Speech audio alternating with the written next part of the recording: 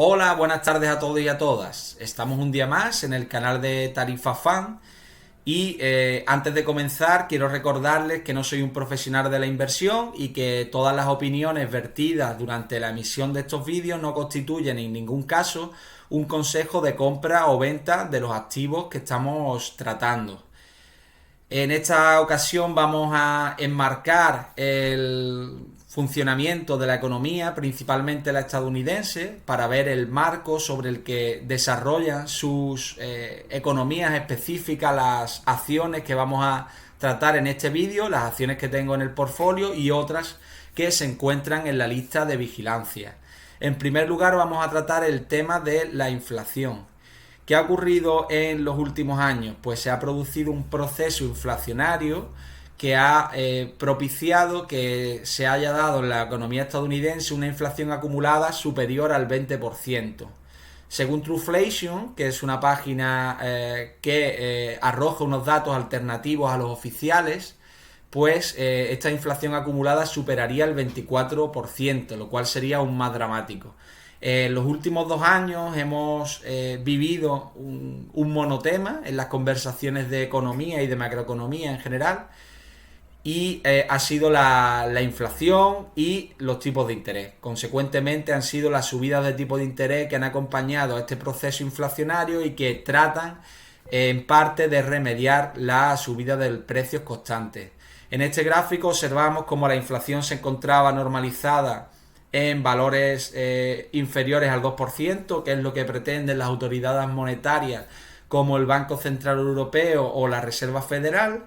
Sin embargo, tras la pandemia y sobre todo tras el bombardeo de ayudas de los gobiernos y las autoridades monetarias a través de la creación de dinero, entre comillas, es decir, del incremento de la masa monetaria a través de la utilización de quantitative easing por una parte, y por otra parte los empleos masivos de ayudas por las autoridades fiscales, pues han hecho que la economía se encuentre boyante de dinero, aunque la situación real pues no aconsejaba que se produjese este periodo. Es decir, la actividad real de la economía era mínima porque estábamos encerrados en nuestras casas o porque la economía no tenía un flujo de actividad tan grande. Debemos recordar que, por ejemplo, el turismo se encontraba paralizado, que había actividades que no podían desarrollarse en aquel entorno de contagio, y ante esta crisis que podía convertirse en muy severa, por las autoridades monetarias y fiscales de los países, es decir, los bancos centrales y los distintos gobiernos, decidieron atajar la situación con enormes ayudas que se han terminado reflejando en la inflación. ¿Por qué? Porque si tú a las personas y empresas los dotas de una masa monetaria tan grande, pues van a tender a consumir y por tanto van a aumentar los precios, que no es más que el cruce de la oferta y la demanda. Si la demanda agregada se encuentra muy fuerte, pues hay una masa monetaria que respalda este consumo, pues entonces los precios van a tender a subir. Es decir, la oferta se va a encontrar cómoda con esos niveles de demanda y van a tender a aumentar los precios. Una cuestión totalmente natural y cuasi automática, exceptuando si se produce algún tipo de regulación que lo impide o algún proceso contrario al que estoy comentando. Para enmarcar esta cuestión tenemos que hablar brevemente de la década anterior al año 2020. Es imprescindible. ¿Por qué? Porque no se puede entender esta situación sin lo que hemos vivido en estos 12 años posteriores a la crisis del año 2008. En el año 2008 se produjo una crisis bancaria, una crisis de crédito y una crisis inmobiliaria, sobre todo en países como España. Y esta depresión económica, entre otras cuestiones, lo que hace es deprimir masivamente el consumo.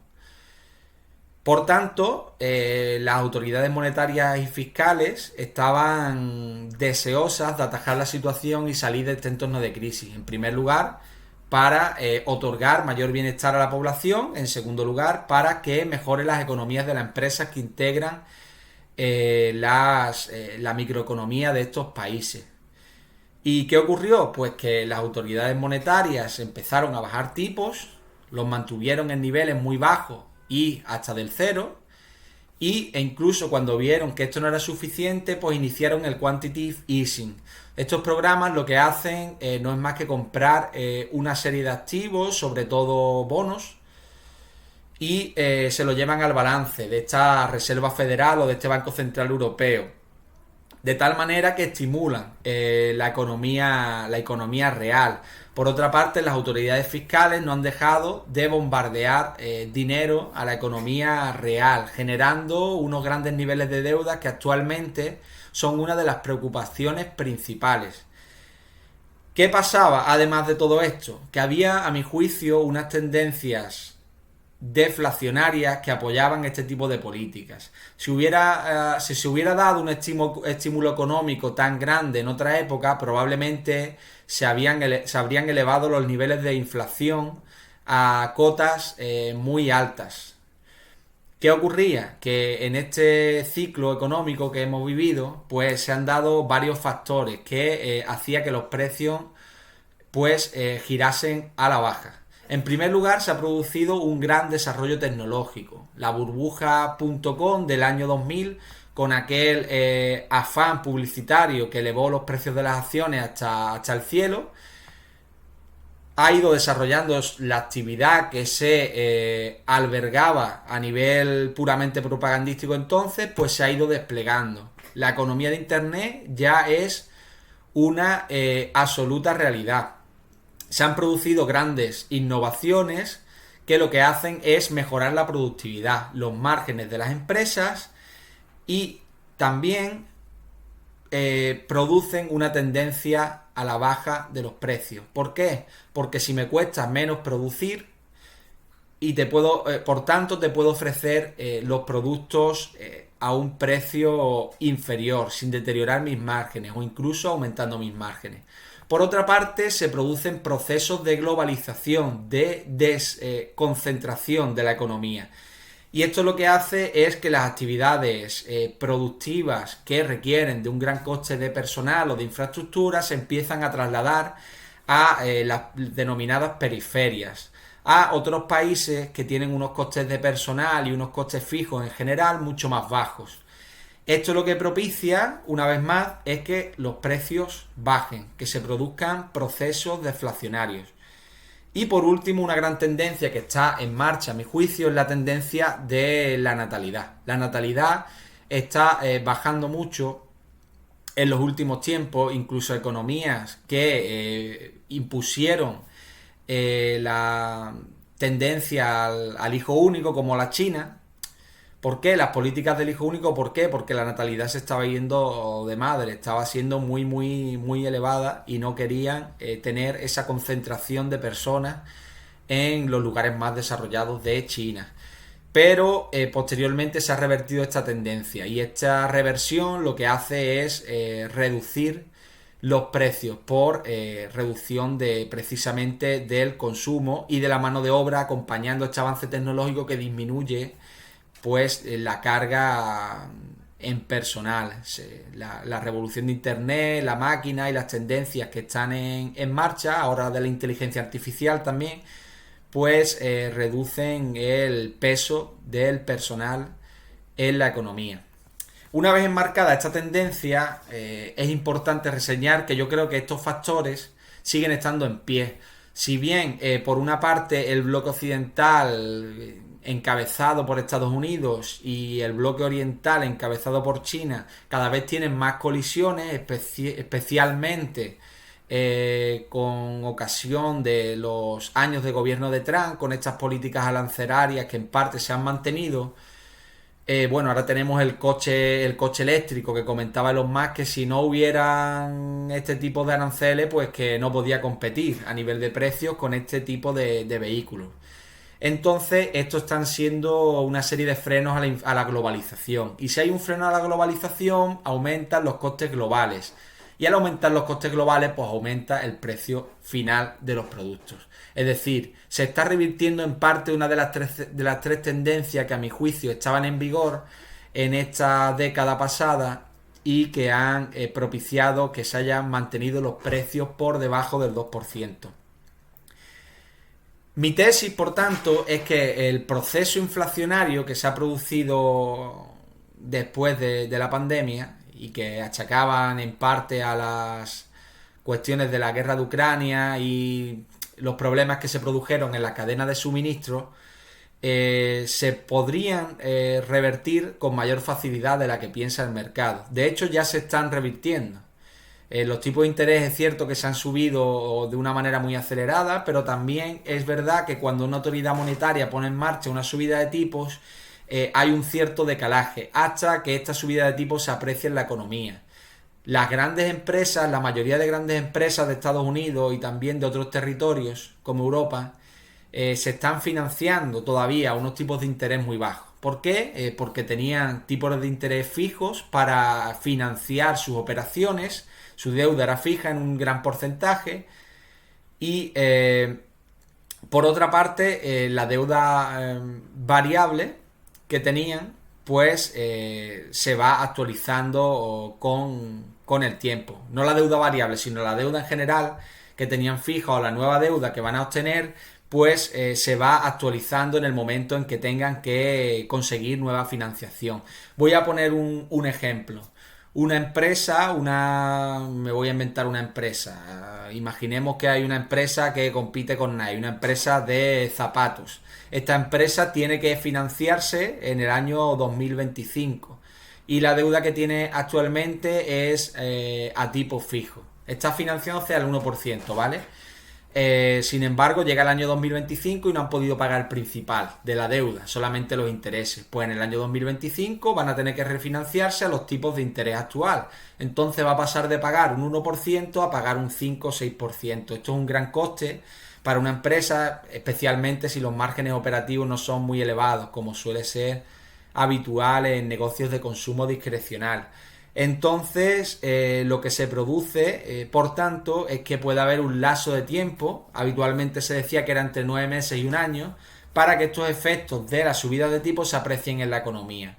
Sin embargo, entiendo que en la actualidad, debido a esa política de tipos bajos durante más de una década, son muchas las empresas que se han financiado a largo plazo aprovechando tipos de interés bajos. Y esto es precisamente lo que a mi juicio está conteniendo que se produzca una bajada del consumo más acentuada de la que estamos viendo en la actualidad. Aquí tenemos el índice de inflación Truflation, lo podéis visitar en la página, veis ahí en la pantalla el nombre y así se denomina la página web, y lo que hacen es medir en tiempo real la inflación de Estados Unidos. Como vemos, aunque si calculamos la inflación agregada en los últimos años sería de en torno a un 20%, esta página indica que es un 24,4%, lo cual es bastante impresionante y lo cual afectaría también a la percepción que tenemos de las subidas en los distintos índices como el IBEX 35 o el propio S&P 500. Nos parecen desmesuradas, pero quizás los mismos 5.300 puntos de hoy no son los 4.000 puntos del año 2019. Tenemos que entender el valor del dinero en el tiempo y cómo el valor real del dinero va cambiando con estos procesos inflacionarios, que no es lo que estamos habituados en la década anterior a este gran cambio de tendencia. Aquí traigo a colección unas declaraciones de Peter Schiff, que es jefe de estrategia de Europac.com. Las traigo a colación porque me parecen bastante interesantes. Lo voy a traducir. Lo que indica es el fin para la Fed. La yield de los bonos y los precios del oro están ambos creciendo. A pesar de las expectativas de recorte de tipos de interés, los índices de tipo de interés a largo plazo están creciendo de todos modos. Esto es porque los recortes de tipos harán que el problema de la inflación empeore. Y eso es bastante atractivo para el oro, pero bastante negativo para los bonos. ¿Qué quiere decir Peter Schiff en este comentario acerca de la situación económica actual? Pues por una parte, el mercado está entendiendo que durante este mismo año 2024 se van a producir varios recortes de tipo.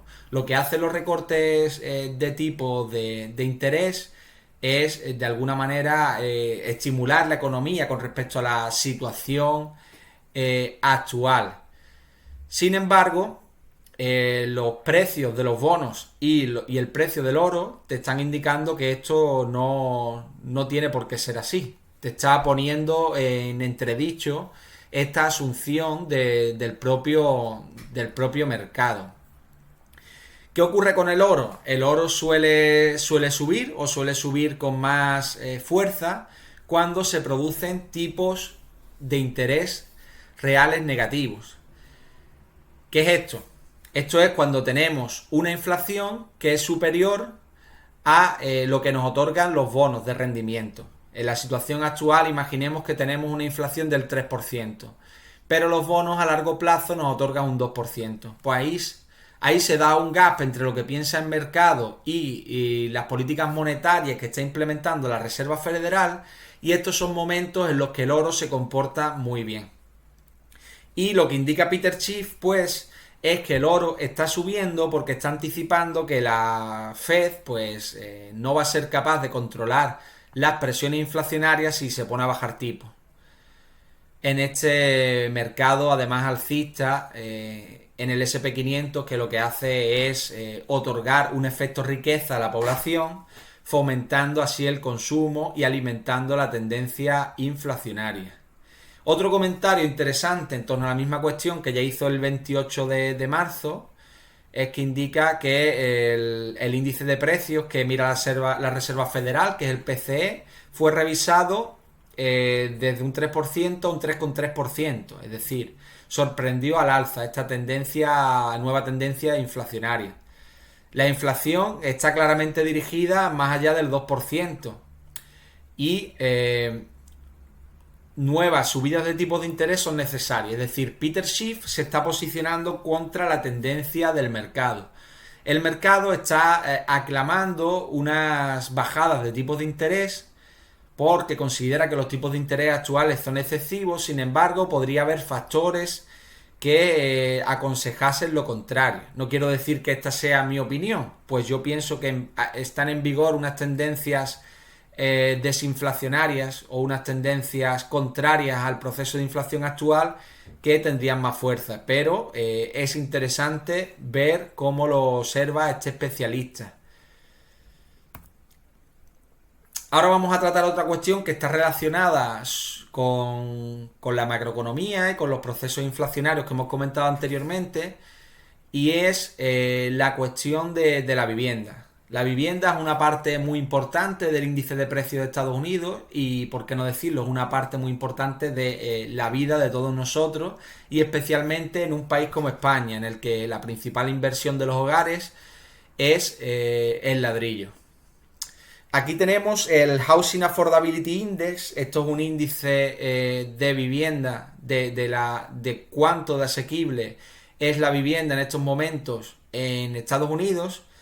Y vemos que, a pesar de que ha sido bastante asequible en la última década, sobre todo porque los tipos de interés eran muy bajos y al pedirle prestado al banco, pues apenas tenías un coste más allá de lo que costase la propia vivienda, en la actualidad los precios de la vivienda no han caído, y aparte de no caer, pues se le ha sumado este gran coste a largo plazo en forma de tipos de interés, de tal manera que las familias pues están teniendo problemas para afrontar los pagos relacionados con el alquiler o, en este caso, pues la compra de viviendas.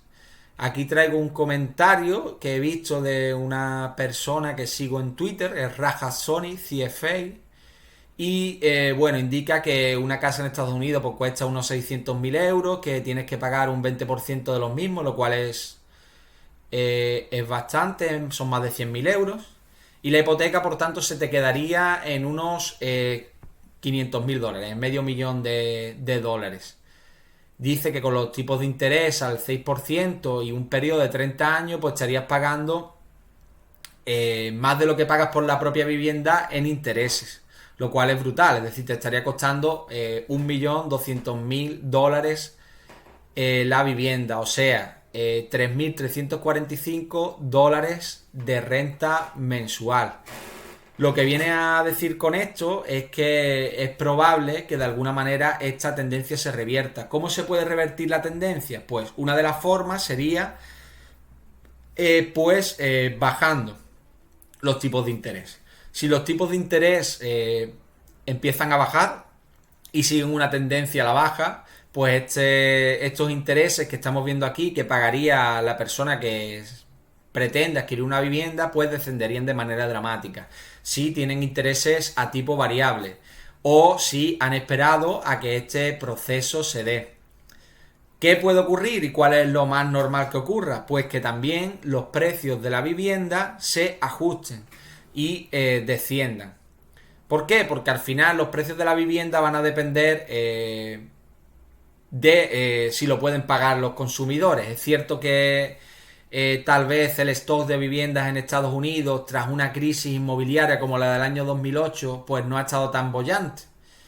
Eso es probable, y que la oferta y la demanda pues se crucen y no redunden en una caída dramática de los precios. Pero sí es lógico que si siguen estos niveles de tipo de interés o incluso más altos, como decía Peter Childs, pues entonces es probable que se produzcan correcciones en el mercado de la vivienda.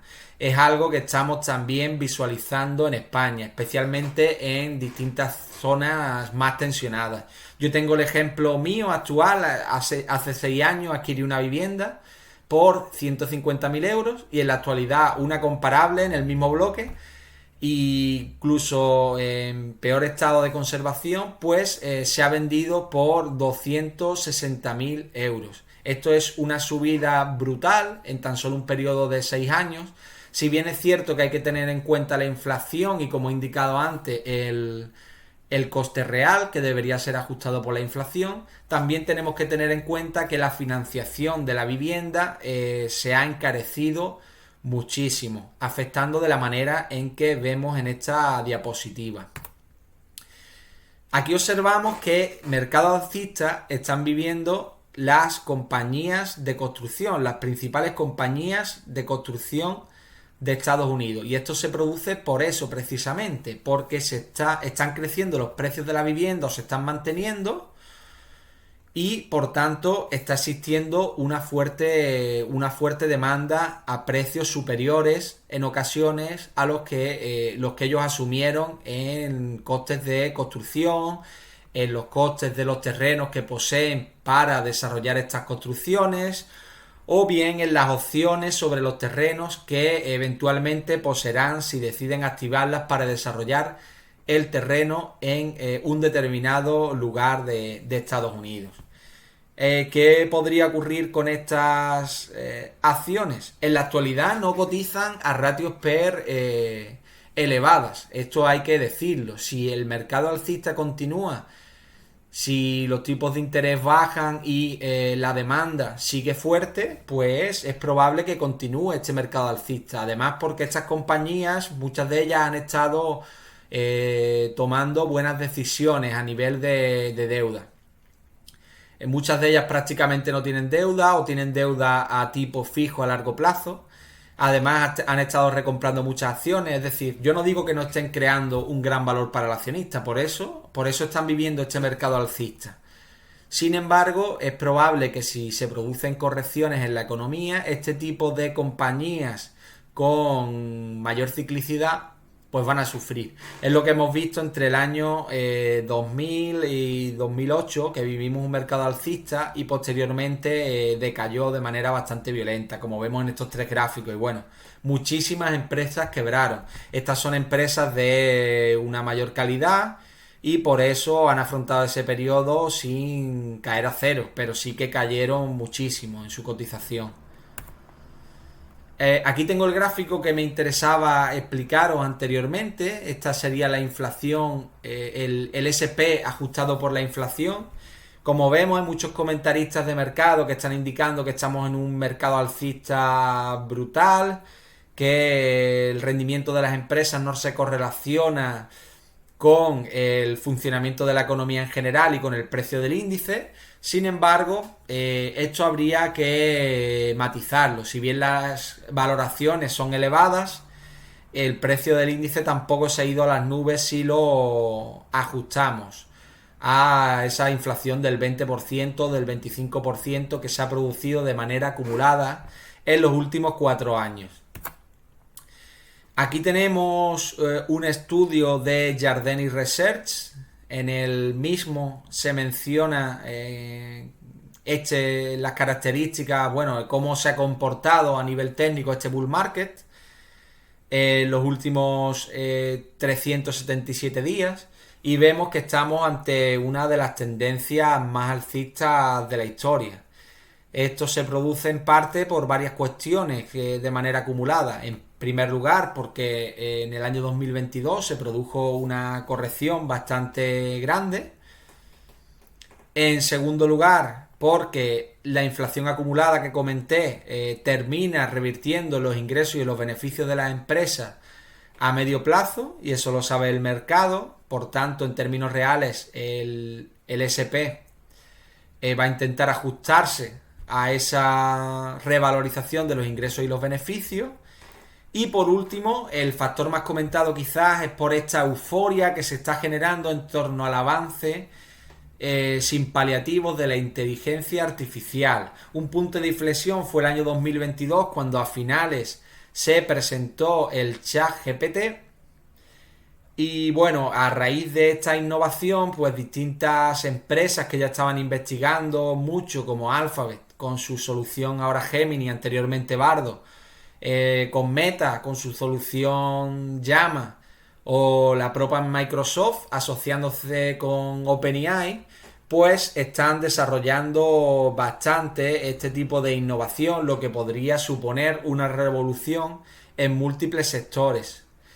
¿Qué pienso yo de esta revolución? Pues que va a terminar materializándose, pero no creo que sea ni tan exagerada como algunas personas están vaticinando, ni creo que sea tan inmediata. Es decir, tal y como el Internet penetró en la actividad económica y en nuestras vidas a lo largo de décadas, pues la inteligencia artificial lo terminará también haciendo. Y bueno, una otra tendencia que acompaña a esta subida de mercado es que no se está produciendo en todo el mercado en general de una manera homogénea, sino que hay una gran concentración en unas cuantas empresas. Se mencionan mucho las 7 magníficas, si bien yo tengo mis reticencias a la hora de catalogarlas de ese modo, pues dentro hay empresas muy dispares entre sí, que también están teniendo un comportamiento bastante dispar. Pero sí es cierto que el mercado en general no está subiendo tanto como estas y otras grandes empresas. Aquí observamos cómo la subida del mercado es bastante superior en el sector de tecnología de la información, en el SP500, y esto se produce por el arreón que están pegando empresas como Nvidia, como Microsoft, como la propia Meta y demás. Estas empresas que están de algún modo u otro relacionadas con la inteligencia artificial, que además lo están haciendo muy bien a nivel económico, no dejan de aumentar sus márgenes y su productividad, y por tanto dándole motivos a los analistas y el mercado en general para que siga otorgando múltiplos cada vez más superiores. Cuestión que hay que considerar como un riesgo de cara al futuro. Sin embargo, como vemos, pues hay otras empresas como Tesla que pues han tenido un drawdown importante y que están en problemas económicos por la competencia que viene desde China, porque su producto han tenido que bajarlo de precio, pues el sector del automóvil es bastante competitivo y también requiere de financiación. Un problema, una cuestión bastante crítica desde la subida de tipos de interés, porque encarece el coste final de los vehículos para los consumidores, y por tanto se está apreciando que, si bien la marca Tesla es una marca bastante consolidada y que representa, a mi juicio, la visión del coche eléctrico, pues también podría sufrir las fluctuaciones cíclicas del sector donde se inserta. Aquí vemos otro ejemplo contrario, tenemos el ejemplo del sector de healthcare, perdón. Esto es el sector de salud en las empresas más grandes de Estados Unidos, del S&P 500, y como vemos, pues se ha revalorizado menos que el índice. Esto se produce por una serie de cuestiones. Yo conozco en parte algunas empresas del sector del seguro de salud, y si bien es cierto que los Medicare y Medicaid, es decir, los seguros de salud subvencionados por las autoridades gubernamentales de Estados Unidos para mayores de 65 años, para niños o para población con una gran pobreza, pues este tipo de seguros van aumentando su precio paulatinamente. Sin embargo, la estructura de costes de la empresa, de las empresas de seguro, así como los costes asociados con el pago de estas operaciones o de esta serie de consultas que reciben los pacientes asegurados, pues ha aumentado mucho más en el corto plazo, y esto está afectando a compañías como Humana, de tal manera que el mercado está poniendo en tela de juicio si va a mantener los márgenes operativos de la última década y si va a poder pues actualizar sus precios y volver a ser una empresa que crece.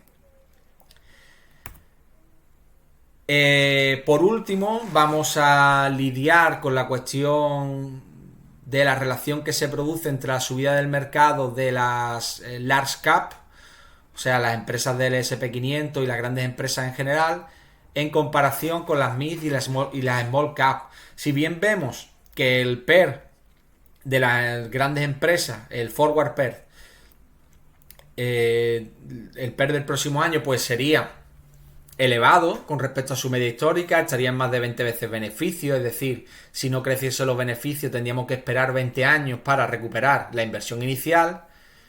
Pues en las mid cap y en las small cap es bastante más bajo. Estas métricas son bastante más bajas. No diría que son de derribo, como en el año 2009, por ejemplo, que llegaron a límites pues bastante llamativos. En la actualidad se encuentran a cifras muy razonables. En el caso del Small Cap Index, por debajo de 15 veces, y del Mid Cap por debajo de 16. Además, hay que recordar que esta tendencia bajista, digamos, se está viviendo de una manera más dramática en otros mercados, como el mercado europeo en general y bueno, y sobre todo en el chino, que la cuestión es una locura. ¿Qué quiero reseñar también? Que en el año 2004, que es el inicio de este estudio, la diferencia entre el gap que se producía entre los márgenes de beneficio de las pequeñas empresas y de las grandes empresas era menor. En la actualidad, pues estamos ante un margen de unos 7 puntos, mientras que por entonces el margen era de 4 puntos. Es decir, las grandes empresas que están tirando de los índices y que aportan una gran parte de esta concentración que achaca el mercado, pues tienen unos márgenes operativos muy elevados. Si bien los márgenes de las small cap se han aumentado a lo largo del tiempo, los márgenes de las grandes compañías han aumentado mucho más, y esto es lo que hace también en parte que se produzca este gap. Si bien para mí el gap, debo decir, no está justificado. Yo considero que pues volverá a sus tendencias históricas y volverán a encontrarse. Lo más lógico es que las large cap terminen bajando, pues se pinche esta especie de euforia que se está generando, o bien las small cap pues empiecen a actualizar su rendimiento al alza de manera más elevada que estas large cap. A la derecha estamos observando cómo se han comportado los distintos sectores en cada uno de los índices, y observamos cómo, bueno, hay varios sectores incluso que en este bull market pues se están quedando rezagados, como el real estate, el sector financiero, muy afectado por las quiebras que se han producido en pequeños bancos en los últimos meses. Bueno, el de tecnología de la información, pero las pequeñas empresas. Observamos un gran gap entre las empresas de tecnología y las empresas de comunicación de el índice Small Cap y aquel de los grandes índices. Y bueno, esto es un poco todo con respecto a los comentarios de macroeconomía y de la economía estadounidense en general. Y ahora pues vamos a ver de manera breve algunas compañías. Aquí tenía Humana, que es una de las compañías que he comentado que ha sufrido una corrección bastante relevante. Como vemos, una empresa que se ha comportado muy bien a lo largo del tiempo. Es una empresa que no conozco muy bien, pero que estoy interesado en informarme acerca de ella. Es una empresa de seguros de salud. Comercializa seguros de salud y he observado que está centrada especialmente en Medicare. Estos son los programas para mayores de 65 años principalmente. Y como dije, pues se ha producido esta cuestión de aumento de los costes de tratamiento, de aumento de los costes de personal, que no han podido ser compensados por la actualización de las primas.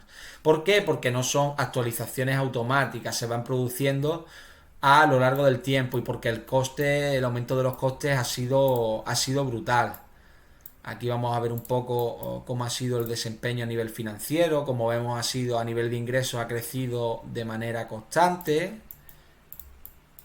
A nivel de beneficios operativos, como vamos a ver, aunque tiene unos márgenes oscilantes de entre un 6 y un 3%, es una franja bastante constante y obtiene beneficios de manera recurrente.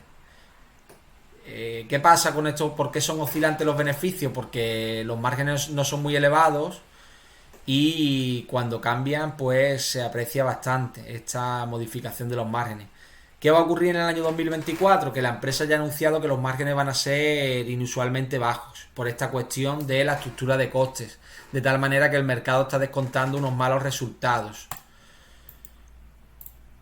Vamos a ver a qué valoración se encontraba la empresa.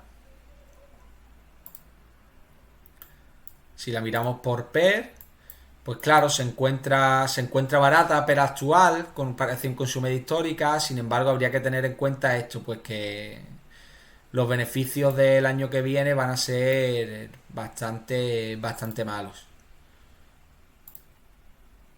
Si observamos el forward PER, es decir, el precio por acción de los próximos, el precio por beneficios del próximo año, pues vemos que se produce un gran subidón cuando da ese guidance, cuando indica ese aumento de los costes y por tanto pues esto es lo que está descontando el mercado.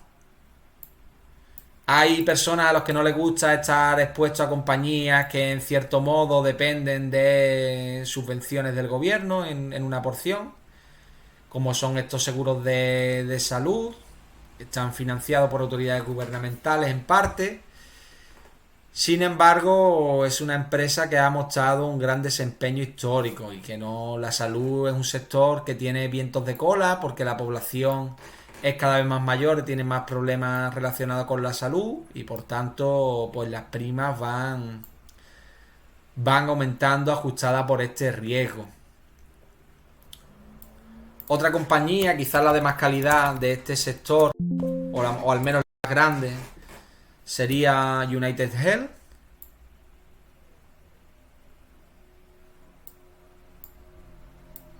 Eh, Quizás estoy equivocado acerca del nombre. Voy a mirarlo aquí, que la tenía. No, es United Health. Todo junto. Vale. Aquí está. Ahora sí. Me sonaba que era separado el nombre, pero era todo junto. Pues tenemos una historia semejante. Esta empresa no solo está enfocada en Medicare, o no está tan enfocada en Medicare como Humana, sino también Medicaid. Tiene las dos líneas de seguros subvencionadas por el gobierno, además de otros seguros privados de salud, por supuesto. Y vamos a ver cómo se ha comportado a nivel financiero, a nivel de ingresos.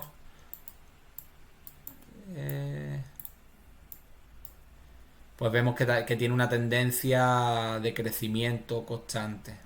En esta ocasión es más consistente que los beneficios de Humana. Y los márgenes, como vemos, también son superiores.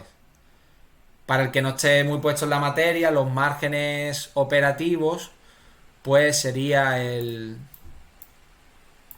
porcentaje, no es el porcentaje que se queda la empresa, pues después tiene que pagar impuestos, tiene que pagar intereses y tiene que pagar impuestos, pero pues sería el margen antes de impuestos que se lleva la empresa con respecto al total de los ingresos de la misma.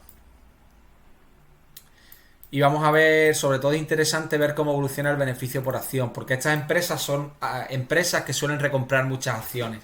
¿Qué es recomprar acción? Pues al final quedarte con una porción más grande del pastel. Si la empresa recompra sus propias acciones, el porcentaje de acciones que tú posees aumenta y por tanto aumenta tu porción del pastel, ocasionando así una subida del beneficio por acción. Como vemos, la subida del beneficio por acción es brutal. Al final, lo que determina el rendimiento de una acción a largo plazo suele ser el desempeño del negocio y, en definitiva, el crecimiento del beneficio por acción. Si bien pues pueden existir otros factores que hagan que el precio se hunda o que crezca de una manera desaforada, pues el mercado descuenta distintas expectativas. Por ejemplo, si a una empresa le cae encima un juicio el cual le va a afectar muchísimo los 2 próximos años a su ingreso o los 10 próximos años, pues aunque tenga un gran beneficio por acción, esa empresa se va a desplomar. Asimismo, si una empresa tiene un beneficio por acción bajo, pero las expectativas es que desarrolle un producto o que va a aumentar por 10 sus beneficios operativos, pues evidentemente esa empresa se va a disparar. Es decir, no quiero hacer una lectura sesgada o una lectura ciega de esta cuestión, pero sí creo que a largo plazo, en ausencia de otros factores excepcionales, el beneficio por acción es lo que dirige el desempeño de una empresa. Vamos a ver también de manera breve una de las empresas que mantengo en una de mis listas de vigilancia. Esta empresa es bastante interesante. Es un negocio que se ubica en Canadá. Como vemos, el desempeño histórico ha sido bastante bueno.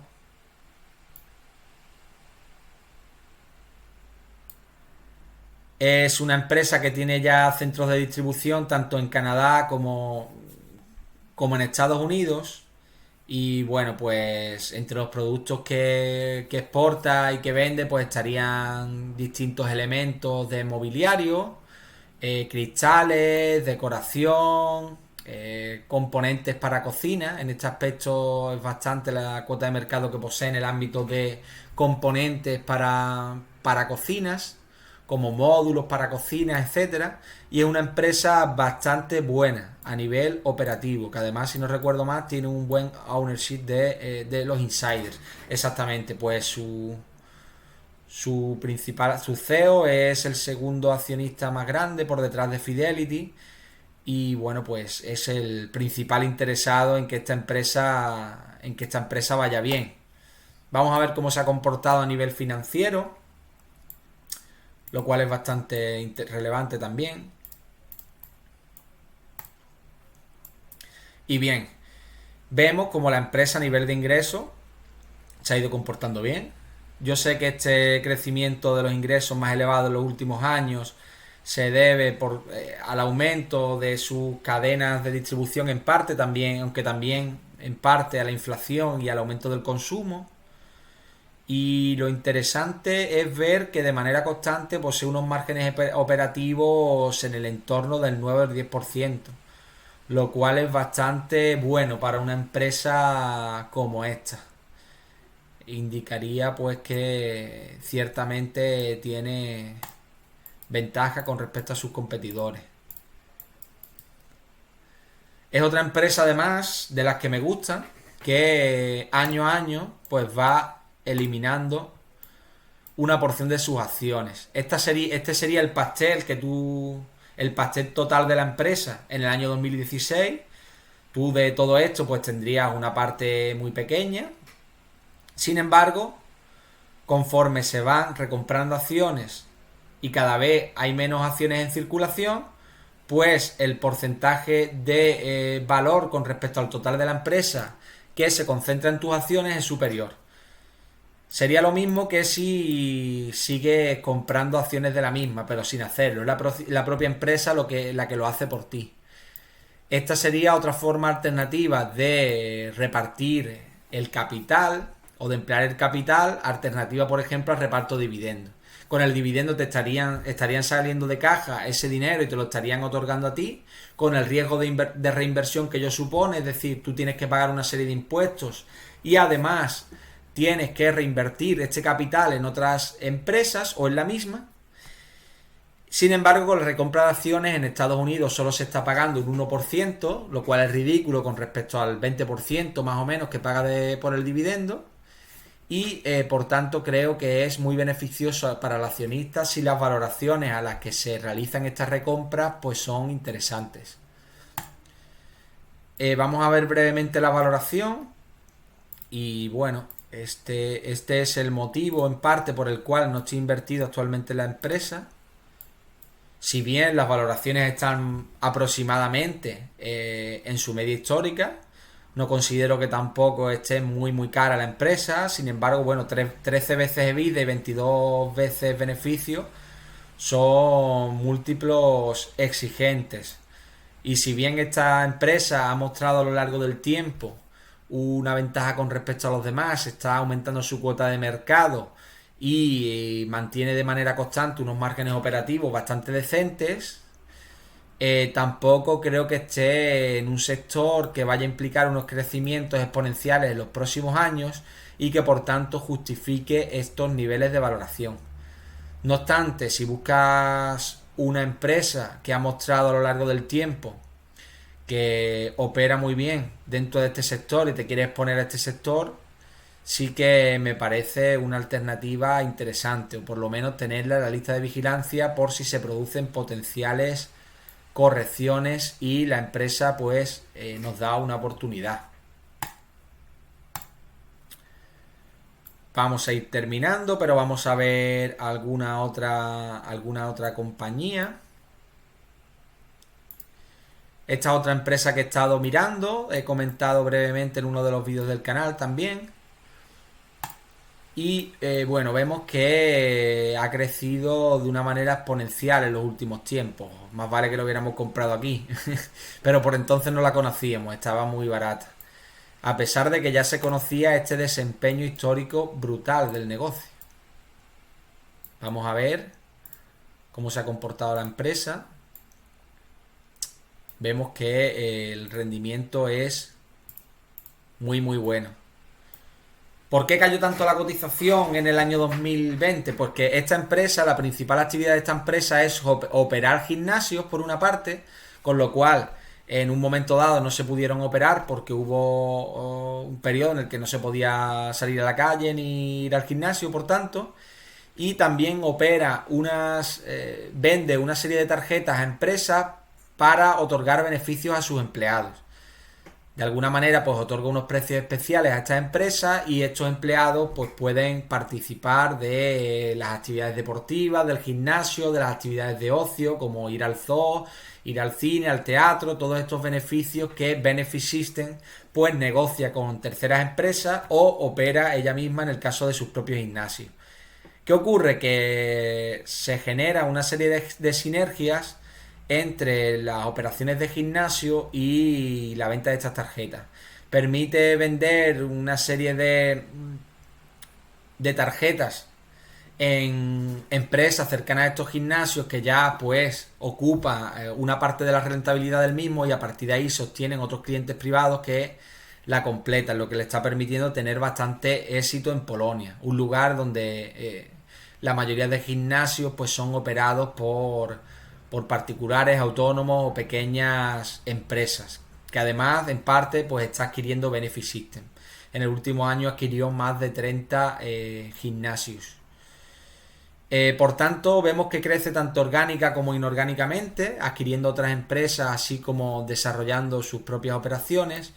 Y vemos cómo ha habido un pico de crecimiento en los últimos tiempos. ¿Por qué? Porque por una parte se produce un crecimiento constante por parte de la empresa y por otra parte este crecimiento se ha estancado durante 2 años, con lo cual ha propiciado que ahora se reactive de una manera muy brusca, aumentando los precios por la inflación, aumentando el número de clientes, la demanda latente que se estaba consiguiendo durante estos años con negociaciones con otras empresas, con adquisiciones de nuevos gimnasios, y ahora pues ha disparado de una manera brutal los beneficios y los márgenes operativos.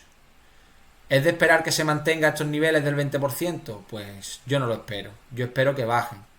Son unos márgenes operativos anormalmente altos. Sin embargo, sí sería bastante razonable que a nivel de ingresos siguiera creciendo con fuerza, pues es lo que ha demostrado a lo largo de toda su historia. Aquí vemos como, bueno, de beneficio futuro de vida forward no está muy cara. Las expectativas que tiene la propia empresa y el mercado es de seguir creciendo, es de que siga creciendo, y el precio pues no sería tan elevado con respecto a estas expectativas. Estaría en su media histórica. Sin embargo, ¿qué ocurre? Pues bueno, que las empresas de países como Polonia se pagan habitualmente a un múltiplo inferior a Estados Unidos, por supuesto, y a otros lugares más consolidados. Sin embargo, también es cierto que en la actualidad pues se está visualizando con un ojo, digamos, más bondadoso a este país por el crecimiento que está teniendo en las últimas décadas y porque se está convirtiendo en una de las locomotoras de Europa. A mí esta inversión me puede parecer interesante. Estoy pensando si incluirla en mi portfolio, si incluir una posición de control y ver si termino desarrollando una posición más grande, porque a falta de estudiar otros detalles en sus informes anuales, me parece que es un negocio bastante interesante. Y aunque está centrado en Polonia, está creciendo sus operaciones a otros lugares, a otros países cercanos a Polonia. Y bueno, esto es sería un poco todo el vídeo que vamos a compartir hoy. Os recuerdo que si tenéis cualquier cuestión, que si queréis hacer algún comentario o queréis corregirme en alguna de las cuestiones, porque bueno, no soy profesional de esto y por supuesto podéis saber más que yo de muchos de los elementos que estamos tratando, pues estaré encantado de atenderos tanto por Twitter como a través de los comentarios. Si te ha gustado este contenido que hago con todo el cariño del mundo, pues solo espero que le des me gusta, que compartas el contenido y que te suscribas al canal si ya no estás suscrito. Y bueno, pues te deseo que tengas muy buena tarde. Un cordial saludo. Hasta luego.